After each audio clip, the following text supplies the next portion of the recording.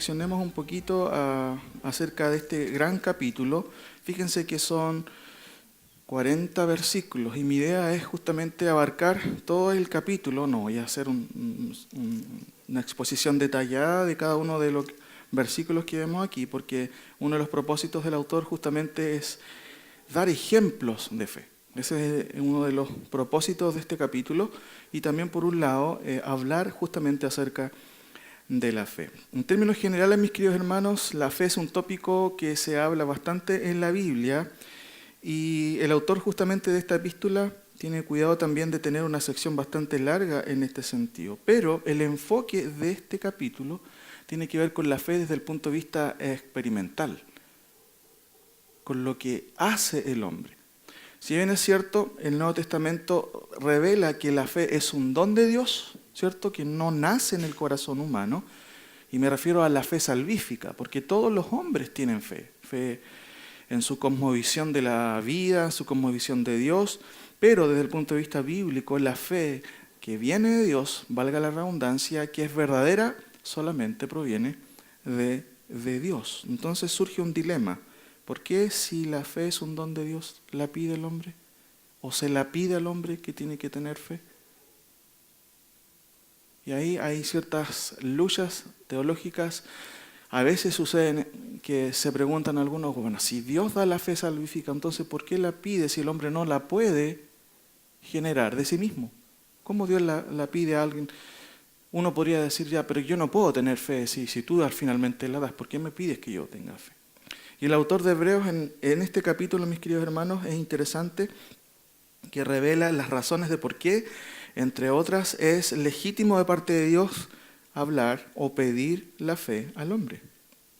De hecho, una de las cosas que el autor de Hebreos va a hablar, y mayormente en casi todo el capítulo, fíjense del versículo 4 en adelante hasta el versículo 37, son ejemplos de fe.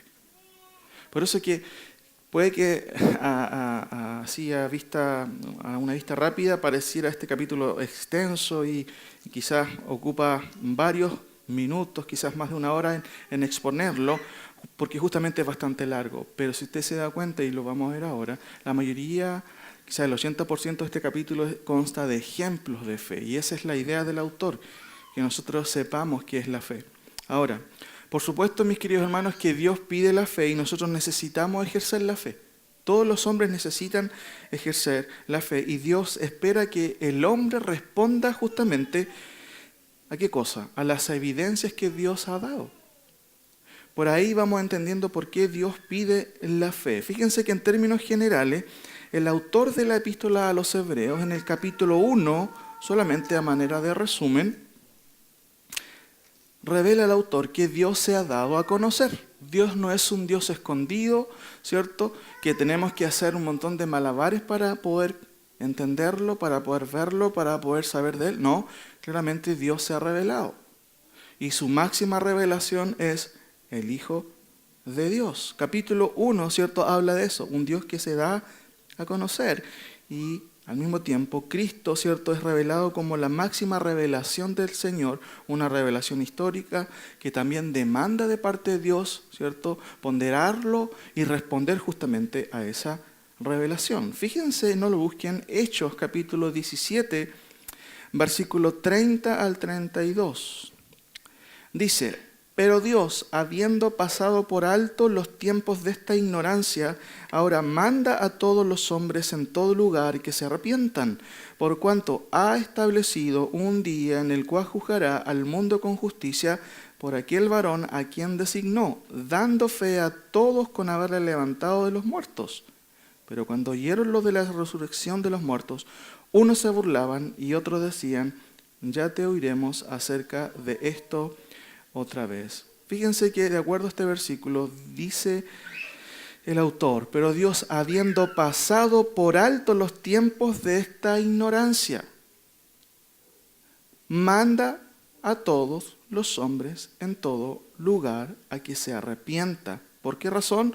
Porque ha establecido un día en el cual juzgará al mundo con justicia por aquel varón a quien designó, dando fe a todos con haberle levantado de los muertos. ¿Quién es esa persona? Cristo. Y Dios exige, ¿cierto?, que el hombre responda justamente a esa revelación por lo que Él ha hecho en Cristo. Y eso es de conocimiento general. Eso es lo que Dios está diciendo. De los capítulos 2 en adelante, ¿cierto?, hasta el 4, el autor de Hebreos se encarga de hablarle a un pueblo particular, a los hebreos, pero con implicancias para todos los hombres, ¿cierto? Se hacen comparaciones relativas a los que los hebreos creían, ¿cierto? Se habla de los ángeles, se habla de Moisés, se habla justamente de lo que sucedió en el desierto y de una otra manera se hablan de aspectos que este pueblo conocía. Posteriormente, el capítulo 5 al 10, vemos un mensaje centrado en el nuevo pacto, ¿cierto?, de Dios con el hombre, justamente basado en el sacerdocio superior del Hijo del Señor Jesucristo. Por esta razón, ¿cierto?, el autor ocupa varios capítulos del capítulo, como le dije yo, 5, pasando por el 6, por el 7, por el 8, por el 9, incluso, ¿cierto?, por el 10, y finalmente llegamos al capítulo 11, en donde el autor va a hablar de la fe.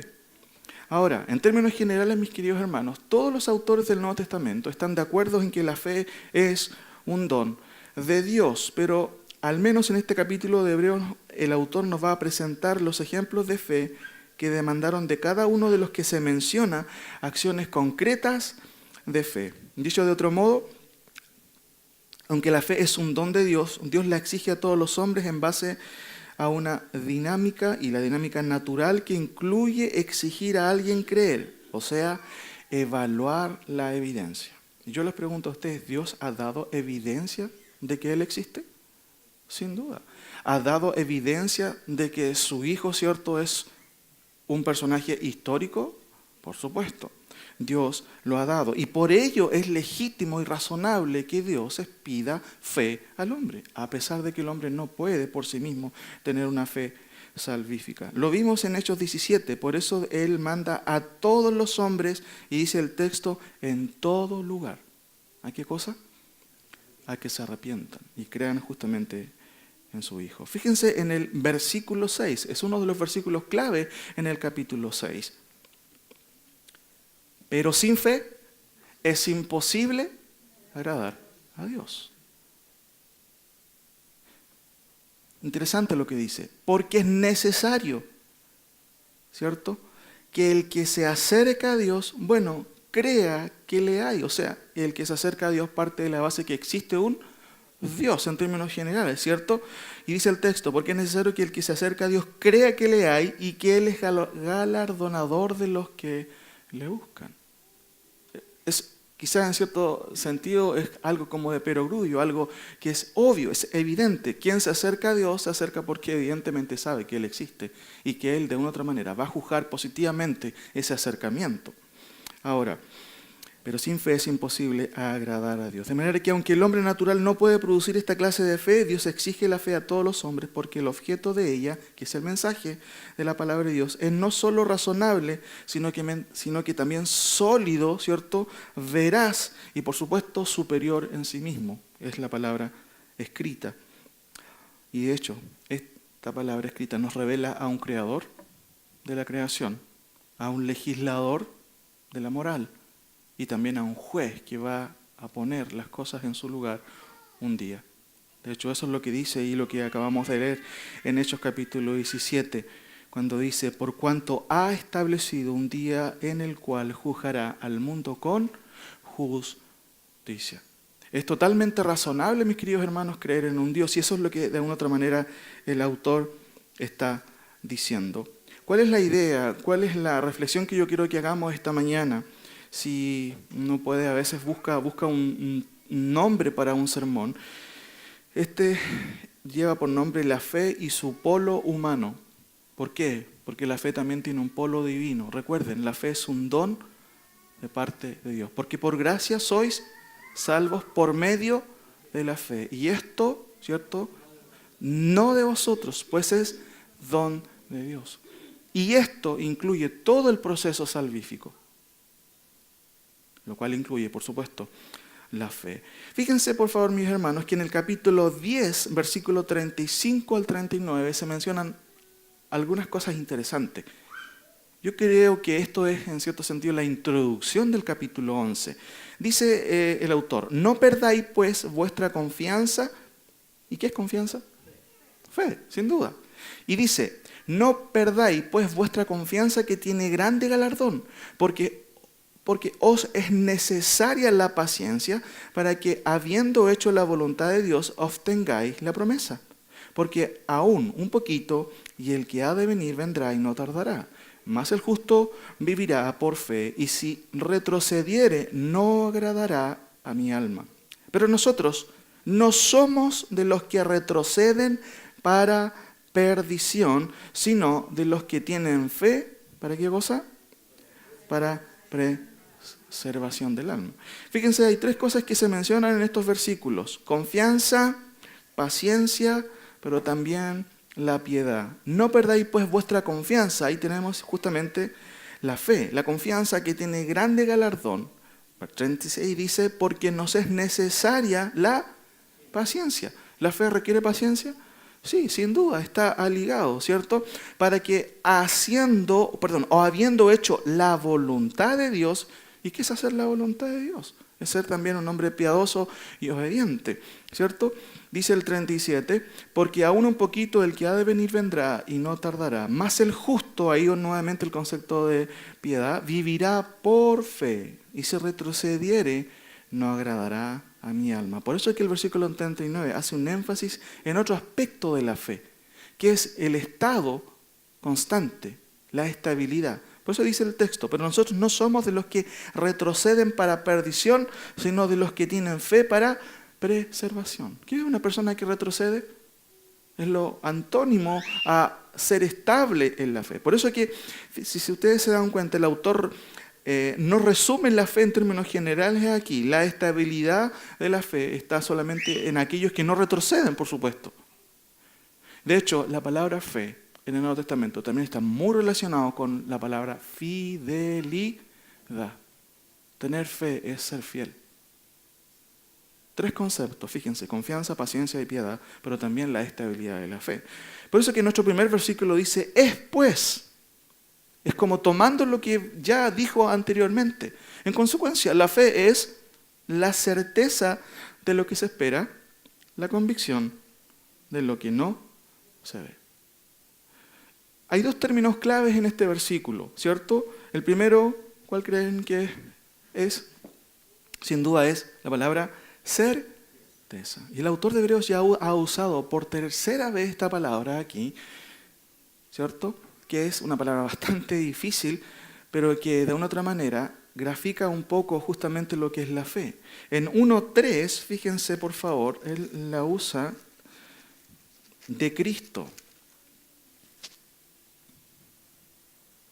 Dice, el cual siendo el resplandor de su gloria y la imagen misma de su sustancia. Ahí está la palabra que se usa, es la misma palabra que se usa acá, que es hypostasis. Y ahí viene la hipostasis o la unión hipostática, se habla de sustancia. En el versículo 14 del capítulo 3, si me acompañan por favor, dice, porque somos hechos participantes de Cristo con tal que retengamos firme hasta el fin nuestra confianza del principio. Aquí en el versículo 11 dice, es pues la fe, la certeza o confianza. Y la palabra, cierto, hypostasis, es muy interesante porque de Cristo se habla de la esencia de Cristo, pero la idea de hypostasis tiene que ver con 2 palabritas, ¿cierto? Con estar en un lugar fijo, una base sólida y seguro. Por eso que claramente uno podría decir que lo que está diciendo el autor aquí es pues la fe, la seguridad, la certeza basada en algo. Y después va a decir, de lo que se espera, la convicción. Y la palabra convicción tiene que ver con certeza, con un convencimiento. Pero además, convencimiento que viene por una demostración. Entonces, es pues la fe, la certeza de lo que se espera, la convicción de lo que no se ve. Es la introducción que tenemos aquí. En consecuencia, que Dios pida fe al hombre, hermanos, es absolutamente razonable, de manera que aquí en este pasaje notamos a lo menos 3 características de la fe al alcance de todos los hombres. Estamos de acuerdo en que la fe salvífica es un don de Dios, pero hay aspectos de la fe, en términos generales, que no es exclusivo solo de los creyentes, sino que todos pueden, de una u otra manera, tomar, ¿cierto?, las características de una fe general, ¿cierto?, que demanda del hombre a lo menos 3 aspectos. Y mi primer punto tiene que ver en esta mañana, ¿cierto?, con lo siguiente. Por la fe el hombre puede testimoniar a Dios. Por la fe el hombre puede testimoniar a Dios. Notemos los primeros 2 versículos, habiendo entendido esta introducción. Es pues la fe la certeza de lo que se espera, la convicción de lo que no se ve. Versículo 2. Porque por ella alcanzaron, ¿qué cosa? Buen testimonio los antiguos. La lectura literal es muy interesante, dice, porque por esta fueron acreditados los antiguos. Un poco extraño, ¿cierto?, esa manera de leer, porque se traduce el concepto ahí de testimoniar. El versículo 2 dice, porque por ella alcanzaron buen testimonio los antiguos. Hermanos, la fe claramente es algo subjetivo. Yo no sé si usted tiene fe. Cada uno piensa internamente, tiene ciertos criterios, cierta confianza, pero ¿cómo vemos o cómo exteriorizamos la fe? Y eso tiene que ver con un aspecto objetivo. Y aquí el versículo dice que por la fe los antiguos alcanzaron buen testimonio. O sea, en cierto sentido también el testimonio objetivo revela lo que las personas creen. Notemos algunos versículos, por ejemplo, Lucas 4:22, si me pueden acompañar por un momento. Lucas 4:22. Lucas 4:22.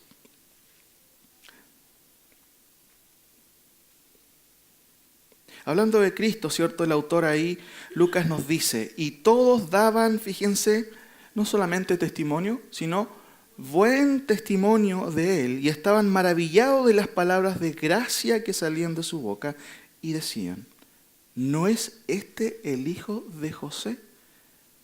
Lo que estaban diciendo, preguntándose, ¿cómo es posible que el hijo del carpintero, ¿cierto?, diga o esté diciendo este tipo de cosas? Es increíble.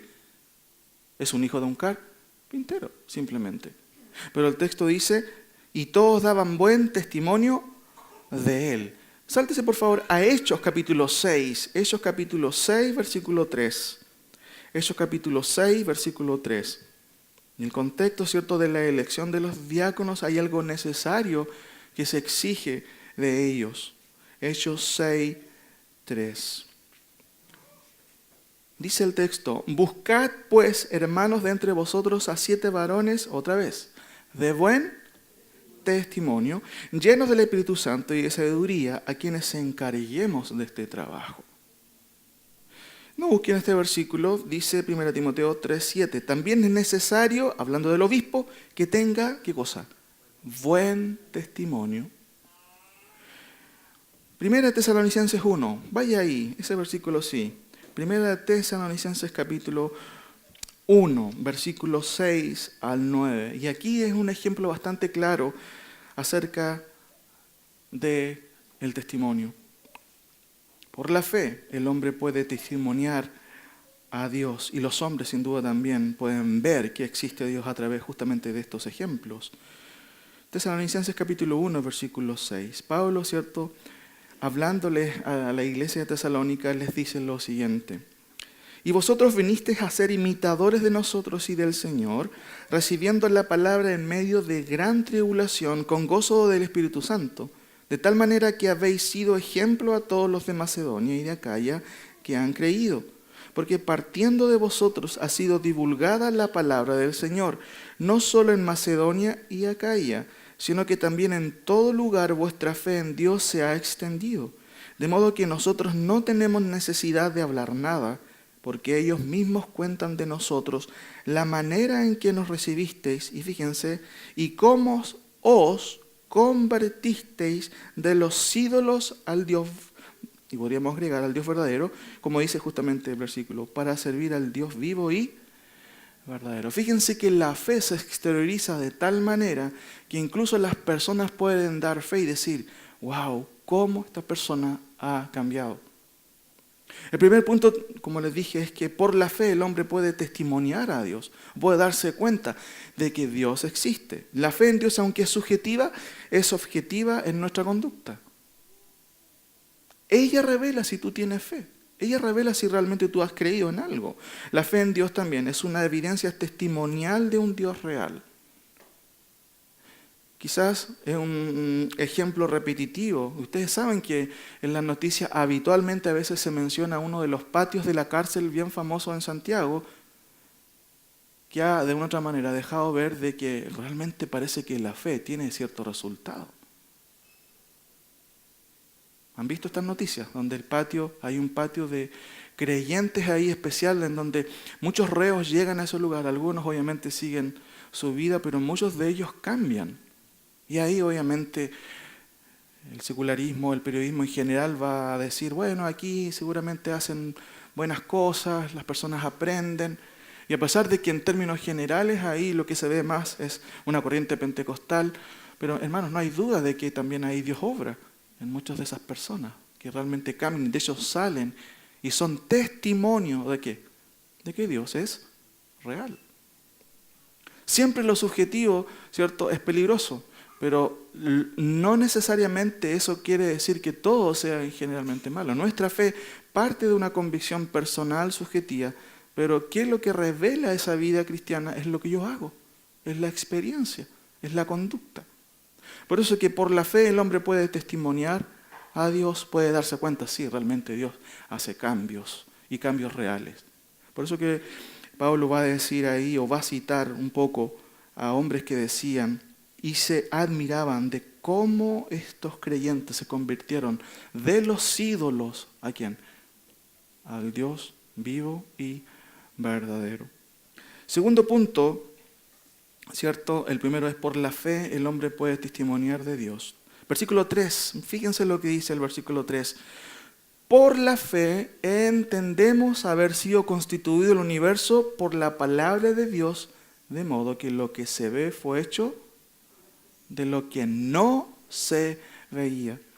¿Cierto? Dios no pide a nadie cometer suicidio intelectual. Venga a la iglesia, no importa si piensa o no, deje su cerebro afuera, no importa. No es así. De hecho, fe es saber. Pablo, por ejemplo, a los tesalonicenses, ¿cierto?, en capítulo 4 de su segunda epístola, dice, no quiero que ignoréis. Los creyentes no somos agnósticos. El agnosticismo dice, si existe Dios, no sé. Bueno, puede ser que sí, puede ser que no. Hemos tenido algunos presidentes agnósticos en nuestro país, sin duda. Eso es diferente que el ateísmo, que básicamente dice no existe Dios. El agnóstico es un ateo hipócrita, en cierto sentido. Dice, bueno, si existe Dios está bien, si no, nadie puede saber en realidad eso, dice. Sin embargo, el autor de Hebreos dice, por la fe entendemos haber sido constituido el universo. En segunda instancia, ¿cierto? Lo que vemos aquí, lo primero, por la fe el hombre puede testimoniar de Dios, por la fe el hombre puede entender a Dios. Sin duda Dios no pide que usted y que el hombre cometa suicidio intelectual, demanda de los hombres evaluar la evidencia, ¿cierto? Y es absolutamente razonable creer en un creador, claramente, y al mismo tiempo creer que Él también es un legislador, claramente también. Nuestro versículo dice, por la fe entendemos haber sido constituido el universo por, fíjense, la palabra de Dios. Ahí se usa un término, ¿cierto?, que es muy abusado a veces, es la palabra rema. ¿La han escuchado? Tengo un rema para ti.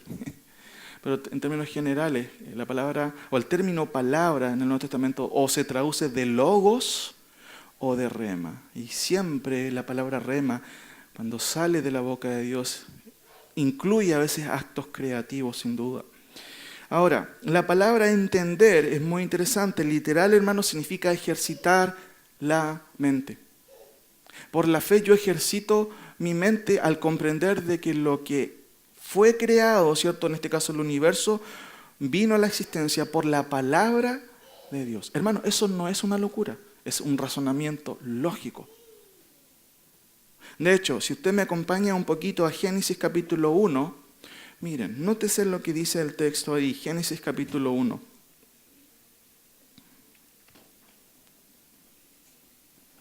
Génesis capítulo 1. 1:3, por ejemplo.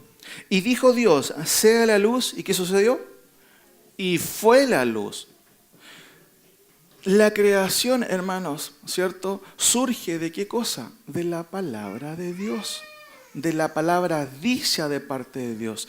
Dice el texto claramente, y dijo Dios, sea la luz, y la luz fue. Si usted me acompaña en el versículo 6 y 7, dice, luego dijo Dios, haya expansión en medio de las aguas, y separe las aguas de las aguas. Al final del versículo 7 dice, y fue así. Solamente bastó ¿qué cosa? La palabra de Dios. Versículo 8, y llamó Dios a la expansión cielos, y fue la tarde y la mañana el día segundo. Versículo 9, dijo también Dios, júntense las aguas que están debajo de los cielos en un lugar, y descúbrase lo seco. Y fue así. Fíjense que el texto, si usted busca ahí y lee Génesis, va a encontrarse constantemente con estas dos palabras. Y dijo Dios y fue así. Y dijo Dios y fue así. Hermano, eso es totalmente razonable, que un creador haya hecho eso. Lo irracional o lo irracional es creer que nada surgió de la nada. Por eso, mis queridos hermanos, creer que la constitución del mundo fue a causa de la palabra de Dios es no solo razonable, sino que en filosofía o en el debate de la apologética es la mejor respuesta que nosotros podríamos dar. Nada puede existir de la nada, como dije. Así el ateo llega a tener una fe irracional porque justamente cree que la nada originó lo que tenemos. Ahora, la fe, hermanos, que demanda a Dios requiere de la razón, no de la ilusión. Y muchas veces es increíble cómo los hombres creen que nada surgió de la nada, un Big Bang, una sopa primordial, sea lo que sea, generación espontánea, aunque todas esas cosas ya se cuestionaron en su momento, pero llegan a ser muchas veces la creencia de las personas. Por eso que muchos apologistas dicen que para ser ateo incluso necesitas más fe que para ser creyente. Ahora, en términos, mis queridos hermanos, lógicos o en términos de argumento, en el siglo X, ¿cierto?, lo que se conoce como la escolástica, surgieron algunos argumentos de la existencia de Dios. La escolástica no es un elástico, no tiene que ver con los filósofos que se dedicaron al estudio en el siglo X. Hubieron varios, especialmente varios católicos ahí, que generalmente se relacionan con los escolásticos, los católicos. También hay una escolástica protestante, también algunos historiadores dicen. Pero surgieron en ese momento interesantes argumentos, seguramente usted lo ha escuchado, de cómo la fe me permite razonar la Escritura también, sin entrar en un círculo, ¿cierto?, argumentativo. No, básicamente estos son ejemplos muy razonables que surgen también justamente de una cosmovisión que entiende que el mundo no se creó de la nada, sino que hubo un creador que lo creó. Por eso el texto dice, por la fe entiendo, no dice por la fe yo siento que pudo haber sido así. Fe es saber. El argumento cosmológico, ¿lo ha escuchado alguna vez? Cosmos, de ahí se deriva. El mundo o el cosmos es un efecto, por lo tanto, debió haber tenido una causa. Efecto y causa. Todo efecto tiene una causa. Se dice que una vez había una persona que iba con un amigo caminando en un sendero junto a la playa y encontraron una bolita estas que de vidrio, ¿cierto?, para jugar a las canicas, es un nombre más mexicano eso. Y uno de ellos no creía obviamente en la existencia de Dios y el otro sí, le pregunta, ¿tú crees que esa bolita surgió de la nada? Y dice, por supuesto que no, a alguien, seguramente a un niño se le cayó. Y él lo llevó a reflexionar en la bolita grande que tenemos que se llama planeta Tierra. ¿Tú crees que surgió eso de la nada? Por supuesto que no. De la misma manera que la bolita, alguien la hizo, esa canica, alguien la hizo, esta canica grande que se llama planeta Tierra, claramente la hizo alguien. Es el efecto de una causa, ¿cierto?, adecuada. Y eso es lo que autores como Ever Locker, por ejemplo, que es un autor, un teólogo, que escribió un libro, de hecho él tiene un manual bastante bueno de doctrinas, dice, o él observa que claramente, ¿cierto?, Tuvo que haber una causa de esta creación. Ahora, nosotros sabemos que esa causa se llama Dios. En el principio creó Dios los cielos y la tierra. Segundo argumento, el argumento teleológico, ¿cierto? El primero era cosmológico, efecto y causa. Cada cosa que vemos es un efecto. ¿Dónde está la causa? Una causa tiene que ser lo suficientemente, ¿cierto? Digámoslo así, potente, poderosa para generar justamente los efectos que vemos en la creación. El argumento teleológico viene de la palabra telos. La palabra telos significa propósito, finalidad, intención. Cada vez que uno observa la creación, ¿qué ve? A pesar de que esta creación está afectada por el pecado, uno ve un propósito. Hermanos, ¿usted está seguro que la luna o el sol va a dejar de brillar un par de horas más? O puede que sea, ojalá que el sol, ¿cierto?, desaparezca y venga la noche. ¿Es algo constante o es algo al azar? Es algo constante. Todos los días tenemos día y noche. ¿Ha cambiado eso alguna vez en los años que usted ha vivido? Es algo constante que revela eso, propósito, finalidad. Hay una lógica, digámoslo así, en cada uno de los grandes, ¿cierto?, acontecimientos de la Tierra, las leyes que tenemos. Y eso es lo que dice el argumento teleológico, ¿cierto? Apunta al propósito y finalidad. El argumento teleológico no requiere de parte del hombre un gran esfuerzo académico, no, para nada, ¿cierto? Simplemente requiere de la sinceridad y honestidad y ver la creación. Claramente todo tiene un propósito. De hecho, Job es muy interesante en el relato de Job, cuando Dios habla con él y él le va a nombrar un montón de cosas que tienen, ¿cierto?, una lógica en la creación. Las corrientes del mar, Job las menciona. ¿Sabía usted que habían corrientes marinas en el mar que tienen un curso, un camino? Las estrellas tienen cierta rotación, la luna y todos los planetas. Bueno, ¿y cómo surge eso? ¿Cómo puede tener un orden eso? Porque existe una ley de gravedad. Y si tiramos algo, ¿cierto?, va a caer. Todo funciona en base a una creación ordenada que tiene un propósito. No es algo, ¿cierto?, desastroso, ¿cierto?, o en este sentido que no tiene sentido. Hay un propósito claro. Argumento cosmológico, argumento teleológico. Y fíjense, hay otro argumento interesante que es el argumento moral. ¿Por qué el hombre tiene un concepto del bien y del mal? ¿De dónde surge? Por supuesto, de un Dios. Y de hecho, se han descubierto leyes bastante más antiguas que el código de Moisés o el código mosaico. No voy a profundizar en ello, pero menciono algunas. Las leyes de Nesilín, ¿cierto? 100 años más antiguas que las leyes mosaicas. El código de Hammurabi, algunos lo han escuchado, es como más famoso ese. 200, quizás 500 años más antiguo que las leyes, ¿cierto?, de Moisés. Son códigos también legales de conducta. ¿De dónde surgieron esos códigos legales?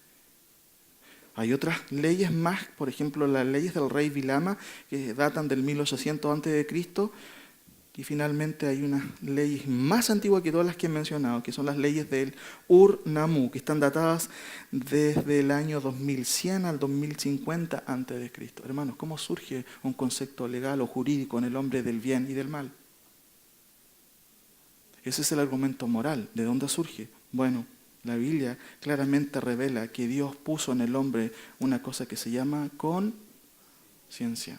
Claramente, mis queridos hermanos. Por eso el autor de Hebreos dice y habla de la ley escrita en los corazones. Esto revela que hay un legislador universal. De hecho, en las sociedades más, digamos, desprovistas de conocimiento, de cultura, siempre hay un concepto de bien y de mal. Eso revela ¿qué cosa? La existencia de un legislador universal. Y finalmente tenemos el argumento ontológico. 3 argumentos, ¿cierto?, que se derivan de esta comprensión de la fe. O que se derivan, ¿cierto?, justamente del conocimiento de Dios. El argumento cosmológico, efecto-causa. El argumento teleológico, que habla de que toda la creación tiene un propósito, revela finalidad. no es un caos a pesar de que está contaminada por el pecado. El argumento moral que revela qué cosa, de que hay un legislador universal. Y por último el argumento ontológico. La palabra ontológico habla del ser. ¿Cuál es la idea? Como dije, la palabra ontología, ¿cierto? De ahí proviene la palabra ontológico, que quiere decir el ser, y logos, el estudio del ser. La idea como tal se originó en un teólogo del siglo X, justamente, igual que Tomás de Aquino, que se cree que es uno de los que propuso estos argumentos, que dice lo siguiente: la idea de Dios, quien es infinito y perfecto, no podría ser producida por un objeto finito. ¿Y quién es ese objeto finito? El hombre, muy bien. Y por lo tanto debe ser causada por Dios mismo. ¿Cuál es la idea, hermanos? Siempre, aunque una persona no haya estado, ¿cierto?, rodeada de algún concepto teológico, allá en una isla que no tiene televisión, que no tiene internet, que no tiene libros, que no tiene nada, esa persona tiene un concepto de un ser superior, porque es un sello propio que Dios ha puesto en todos los hombres. Siempre hay un sentido de que hay alguien más poderoso. Y si usted estudia todas las tribus más antiguas, ¿cierto?, del mundo, siempre han adorado ¿a quién? ¿A qué cosa? A lo que ellos consideran ser su ser superior. Por la fe, entonces, dice, entendemos.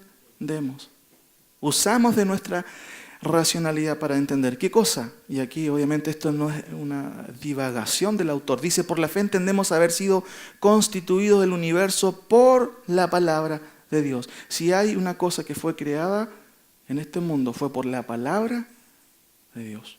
Claramente. Tenemos entonces tres cosas hasta aquí. Por la fe el hombre puede testimoniar a Dios. Nosotros somos un reflejo de que eso existe, ¿cierto? La gente ve en nosotros cambios. Espero que así sea. Ve que hay un Dios real. Segunda cosa, por la fe el hombre puede entender a Dios. Y finalmente, toda esta sección del versículo 4, mis queridos, hasta el versículo 36, 37, ¿cierto? Los que quedan después del capítulo, son ejemplos de fe.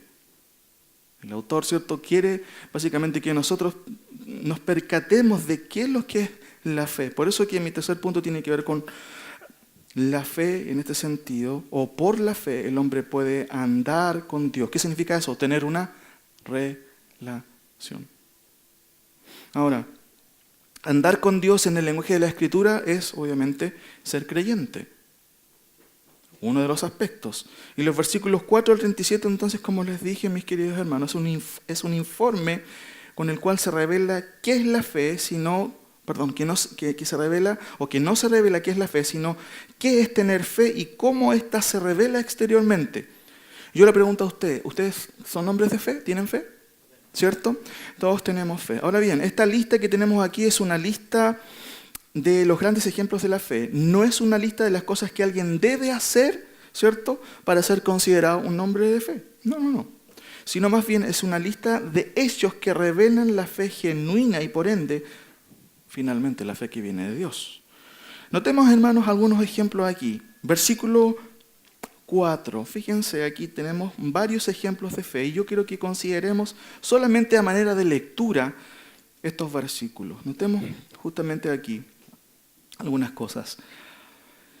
La primera división o sección del versículo 4 al 12 es la fe de los padres de la humanidad. Fíjense el versículo 4, dice, por la fe Abel ofreció a Dios más excelente sacrificio que Caín, por lo cual alcanzó testimonio de que era justo, dando testimonio o dando Dios testimonio de sus ofrendas, y muerto aún habla por ellas.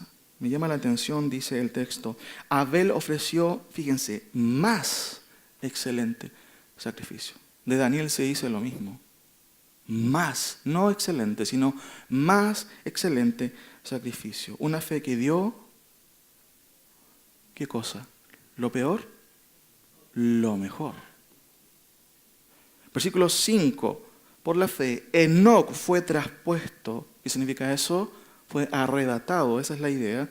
Porque agradó completamente a Dios. Fíjense que no hay que cabecearse mucho, como se dice en el chileno, básicamente porque son informes de fe. ¿Qué es lo que hicieron estos hombres? Versículo 7.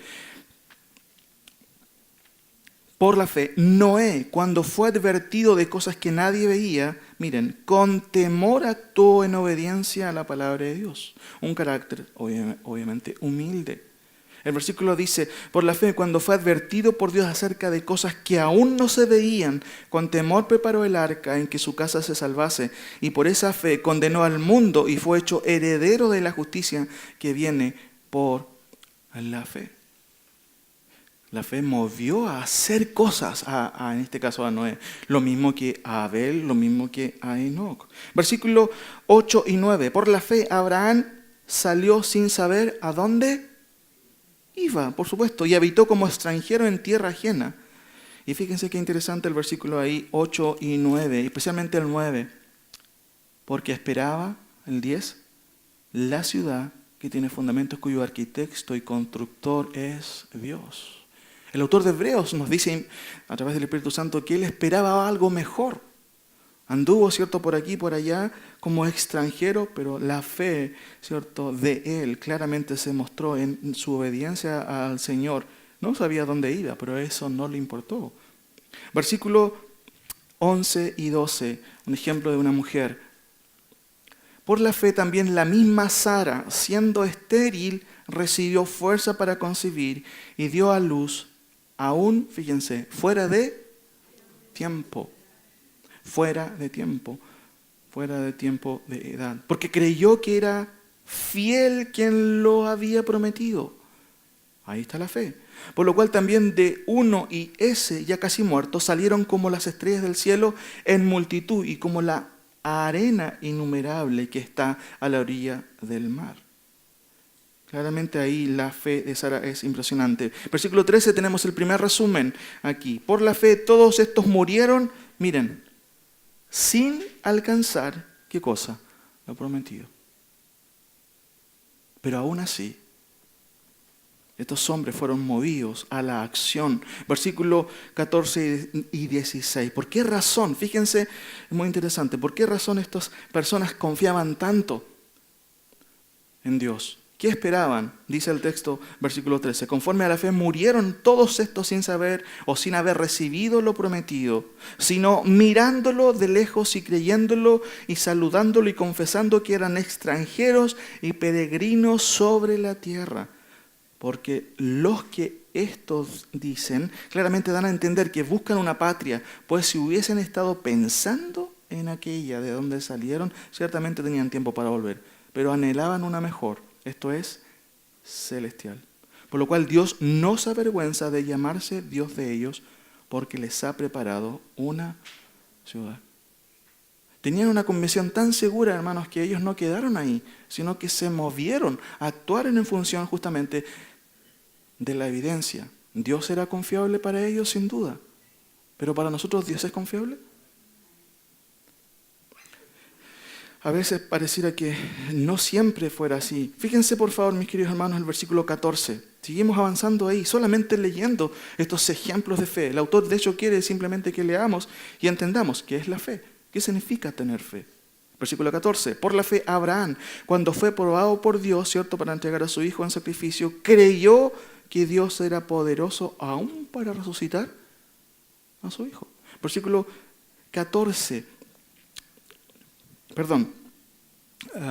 17. Por la fe, cuando fue probado Abraham, ofreció a Isaac, y el que había recibido las promesas ofrecía a su unigénito, habiendo dicho, en Isaac te será llamada descendencia, pensando que Dios es poderoso para levantar aún de entre los muertos, de donde en sentido figurado también le volvió a recibir.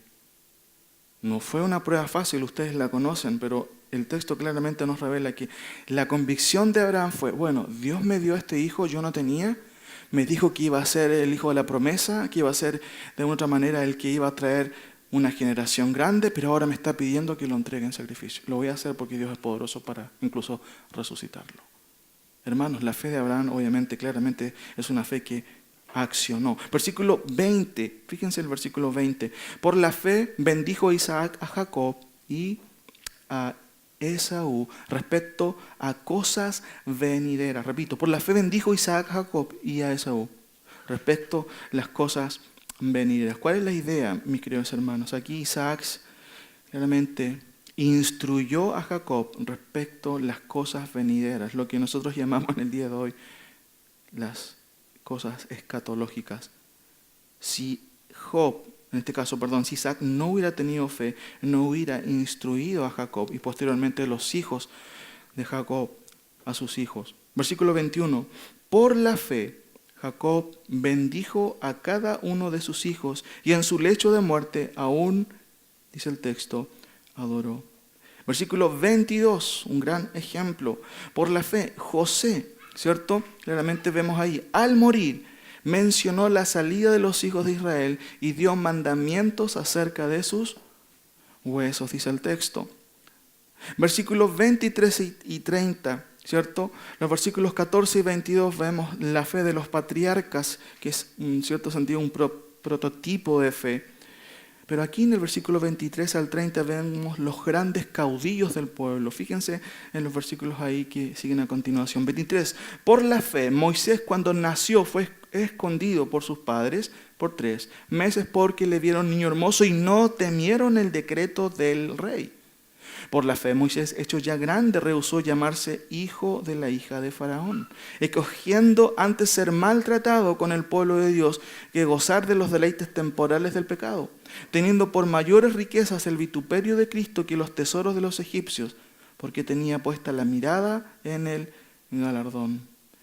27. Por la fe dejó a Egipto, no temiendo la ira del rey, porque se sostuvo como viendo a ley invisible. 28 sigue hablando de Moisés y dice, por la fe celebró la Pascua y la aspersión de la sangre, para que el que destruía a los primogénitos no los tocase a ellos. Por la fe pasaron el mar rojo como por tierra seca, intentando los egipcios hacer lo mismo, fueron ahogados.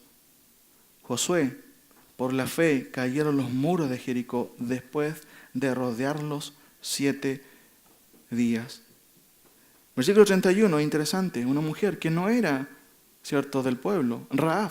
¿Cómo dice el texto? ¿Quién era Rahab? La ramera. Dice el texto, por la fe, ¿cierto? Rahab, la ramera, no pereció juntamente con los desobedientes, habiendo recibido a los espías en paz. Dicho de otro modo, Rahab creyó al Dios de los espías y actuó en favor justamente de ellos. Fe. Fíjense el 32, puede ser un poco chistoso. El autor dice, bueno, ¿qué más digo? ¿Qué más digo? Como dice ahí, literalmente. ¿Y qué más digo? Porque el tiempo que dice el autor me faltaría. Contando de Gedeón, de Barak, de Sansón, de Jefté, de David, así como de Samuel y de los profetas. Y después notamos del versículo 33 al 35, un resumen general, ¿cierto? Y digo general porque no se mencionan quiénes fueron. Pero ¿qué cosas se menciona? Fíjense, yo voy a hacer solamente un resumen. Versículo 33. Por la fe conquistaron, qué bueno, en tiempos buenos, conquistar reinos era algo bueno, sin duda. Hicieron justicia, ¿cierto? Alcanzaron promesas, taparon bocas de leones. Versículo 34. Apagaron fuegos impetuosos, evitaron filo de espada. Qué bueno, eran los tiempos buenos, si se puede decir, como les digo. Sacaron fuerzas de debilidad, se hicieron fuertes en batalla, pusieron en fuga a ejércitos. La fe en Dios, en muchos casos, ¿cierto?, les hizo triunfar sobre sus enemigos. Sin embargo, el versículo 35 un poco cambia el enfoque. Mira lo que dice. Por la fe, las mujeres recibieron, ¿cómo? Sus muertos mediante simplemente resurrección. O sea, por la fe, creyendo en que iban a resucitar. Otros fueron atormentados esperando una mejor resurrección. Versículo 36, fíjense, mis queridos hermanos. Otros experimentaron insultos, vituperios, azotes, cárceles y prisiones. Por lo mismo, por la fe. Versículo 37. Otros fueron apedreados, otros aserrados. ¿Usted ha ido a una barraca, mi querido hermano? ¿Sabe lo que es ser aserreado? No es muy bonito, ¿cierto? Pero el texto lo dice, ¿o no? Fueron aserrados, puestos a prueba, muertos a filo de espada. Otros anduvieron de aquí para allá, pobres, sin hogar, sin casa, en cuevas, en desiertos, en montes y finalmente en cavernas. Por la fe, todo por la fe.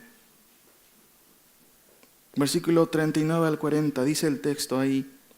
Y todos estos, aunque alcanzaron buen testimonio mediante la fe, mire lo que dice su Biblia, no recibieron lo prometido, proveyendo Dios alguna cosa mejor para nosotros, para que no fuesen ellos perfeccionados aparte de nosotros. Hermano, el autor de Hebreos no quiere que... Tengo la impresión de que no quiere que nos pongamos a hacer exégesis aquí del término fuego o de filo de espada. No creo que ese sea el propósito. Simplemente quiere que leamos y digamos, wow, esto fue la fe de los creyentes. Ahora, no se sienta mal con lo que voy a decir a continuación. De hecho, lo digo pensando primeramente en mí. Cuando uno observa esta lista, hermanos, de ejemplos de fe, me hace un poco ruido pensar en que si yo o que si ustedes todos juntos pudiéramos hablar con todas estas personas y ellos nos preguntaran por qué nuestra fe o nuestro compromiso con Dios no fue muy radical, me parece que nuestras respuestas no tendrían suficientemente el peso para justificarnos. Les doy un ejemplo. No me comprometí mucho con el Señor porque necesitaba asegurar mi situación académica. No me comprometí mucho con el Señor porque en realidad necesitaba asegurar mi situación económica. No me comprometí mucho con el Señor y con su iglesia porque otros estaban más capacitados que yo. No me comprometí con la iglesia porque no me quedaba tiempo. No sé si usted se pone a pensar, hermanos, en estos hombres de fe que llegaron a esta instancia de la fe. Parece que si yo dijera a ellos, no fui tal día porque estaba resfriado, ¿qué creen ustedes que ellos dirían? Siento que ellos se reirían de mi fe. Parece que mi fe es tan débil, hermano. Y cuando el autor de Hebreos quiere que observemos, eso es fe, esto es tener fe.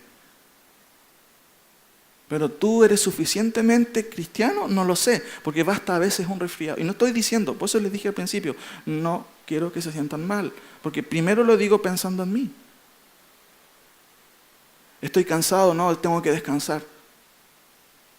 Y yo me imaginaba conversar con ellos y decirles, sí, ¿cómo estás? Sí, mira, yo por estas razones, hermano, y me sonrojaba solo.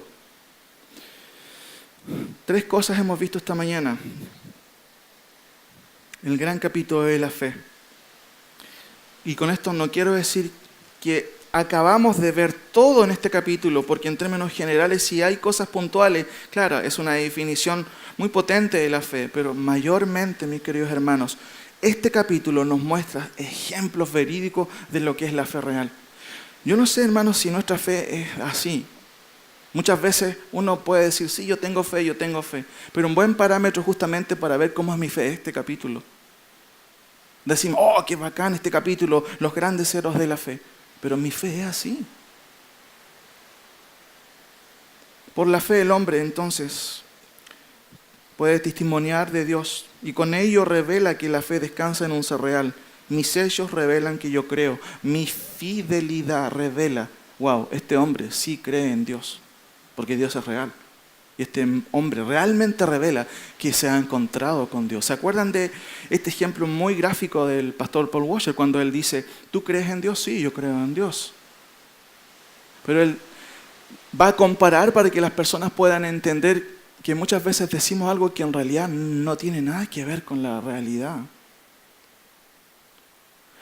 Y él da el ejemplo de que llega tarde a una reunión. Es como si él entrara ahora o un hermano entrara y dijera, hermano, ¿qué le pasó? Llegó tarde. No, lo que pasa es que venía bajándome de la carretera y pasó un camión acoplado y me atropelló. Por eso llegué tarde. ¿Qué pensaríamos nosotros si él dijera eso? Es mentira, ¿cierto? Entonces, ¿cómo podemos decir que creemos en un Dios que es más poderoso que un camión y mi vida es igual? No sé si me entienden. No, yo conozco a Dios, pero Dios es más grande que un camión acoplado. ¿Y por qué no hay cambios radicales en nuestra vida? ¿Por qué nuestra fe es tan ambigua? Por la fe el hombre puede testimoniar de Dios. O sea, mi conducta, hermanos, revela que yo he creído en un Dios real. Por la fe, y eso obviamente puede llegar a demostrar a otros, sí, este hombre es un creyente de verdad. Segundo punto que hemos visto, por la fe el hombre puede entender a Dios y tener una relación racional con Dios. Dios no nos pide que dejemos nuestro cerebro a un lado. La fe es saber. También vimos, por la fe, el hombre puede andar con Dios.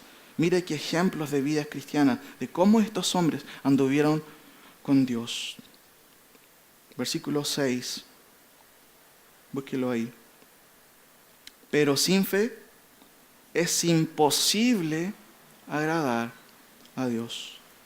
Porque es necesario que el que se acerca a Dios crea que le hay y que es galardonador de los que le buscan. Hermano, yo le pregunto nuevamente, ¿usted tiene fe? ¿Tiene fe en el Señor? ¿Cómo es su fe? ¿Es fuerte? Termino con esto.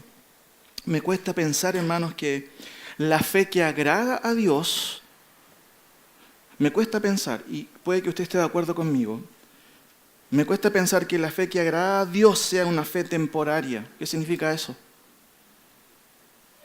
Por temporada. Me cuesta creer que la fe que agrada a Dios, hermanos, sea una fe sin celo doctrinal. ¿Qué ha presentado el autor de Hebreos con tanto énfasis? ¿La doctrina de quién? ¿De la superioridad de quién? ¿De Moisés? De Cristo. Me cuesta entonces creer que la fe que agrada a Dios puede ser una fe sin doctrina o sin celo doctrinal. Y me cuesta creer, hermanos, que una fe que agrada a Dios sea una fe cómoda, sin sacrificio. ¿Tenemos nosotros una clase de fe como la que vemos en este gran capítulo?